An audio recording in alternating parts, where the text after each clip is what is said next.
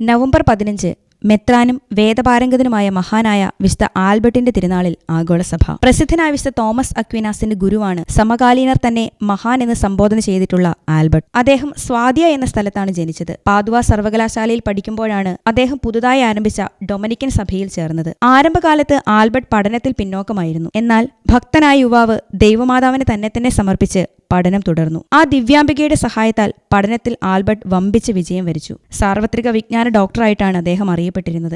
ഫ്രീബുർബു, റാറ്റിസ്ബൺ, Paris, Cologne എന്നീ സ്ഥലങ്ങളിൽ Albert അധ്യാപനം നടത്തി. പ്രകൃതിശാസ്ത്രത്തിലെ തൻ കണ്ടുപിടുത്തങ്ങൾ തത്വശാസ്ത്രത്തോട് പൊരുത്തപ്പെടുത്തിക്കൊണ്ടു പോകാൻ അദ്ദേഹം പരിശ്രമിച്ചു. അദ്ദേഹത്തിന്റെ വിജ്ഞാന സംക്ഷേപം എന്ന ഗ്രന്ഥത്തിൽ പ്രകൃതിശാസ്ത്രം, സാഹിത്യം, ഗണിതം, ജ്യോതിശാസ്ത്രം, സന്മാർഗശാസ്ത്രം, സാമ്പത്തിക ശാസ്ത്രം, രാഷ്ട്രീയ മീമാംസ, വൈശേഷികം എന്നീ വിഷയങ്ങളെല്ലാം പ്രതിപാദിച്ചിട്ടുണ്ട്. 20 വർഷം കൊണ്ടാണ് അത് എഴുതി തീർത്തത്. ഗ്രീക്ക് തത്വശാസ്ത്രവും ദൈവശാസ്ത്രവും യോജിപ്പിച്ചു കൊണ്ടുപോകാൻ അദ്ദേഹം ആരംഭമിട്ടു. വിശ്വാസ സംബന്ധമായ കാര്യങ്ങളിൽ യുക്തി എങ്ങനെ പ്രയോഗിക്കാമെന്ന് അദ്ദേഹം വിശദമാക്കി. അദ്ദേഹത്തിന്റെ ശിഷ്യൻ വിശുദ്ധ തോമസ് അക്വീനാസ് ആ പഠനം ഏറെക്കുറെ പൂർത്തിയാക്കി. വിശുദ്ധ കുർബാനയോടും ദൈവമാതാവിനോടും ആൽബർട്ടിനുണ്ടായിരുന്ന ഭക്തി അന്യാദൃശമായിരുന്നു. വിനീതമായ ആൽബർട്ടിനെ ദൈവം ഡൊമിനിക്കൻ പ്രൊവിൻഷ്യലിലും 1266 റാറ്റിസ്ബണിലെ മെത്രാനുമായി ഉയർത്തി. 1264 ലിയോൺസിലെ സൂനഹദോസിൽ ദൈവശാസ്ത്രജ്ഞൻ എന്ന നിലയിൽ പങ്കെടുത്തു. സൂനഹദോസിന് പോരുന്ന വഴിക്ക് തന്റെ പ്രിയ ശിഷ്യൻ തോമസ് അക്വീനാസ് മരിച്ചുവെന്ന് കേട്ടിട്ട് ആൽബർട്ട് 21ാമത്തെ വയസ്സിൽ പാരീസിലേക്ക് മടങ്ങി. അക്വീനാസിന്റെ വിമർശകർക്ക് തക്ക മറുപടി നൽകി. ആൽബർട്ട് വിനീതനായ ഒരു ഡൊമിനിക്കനായി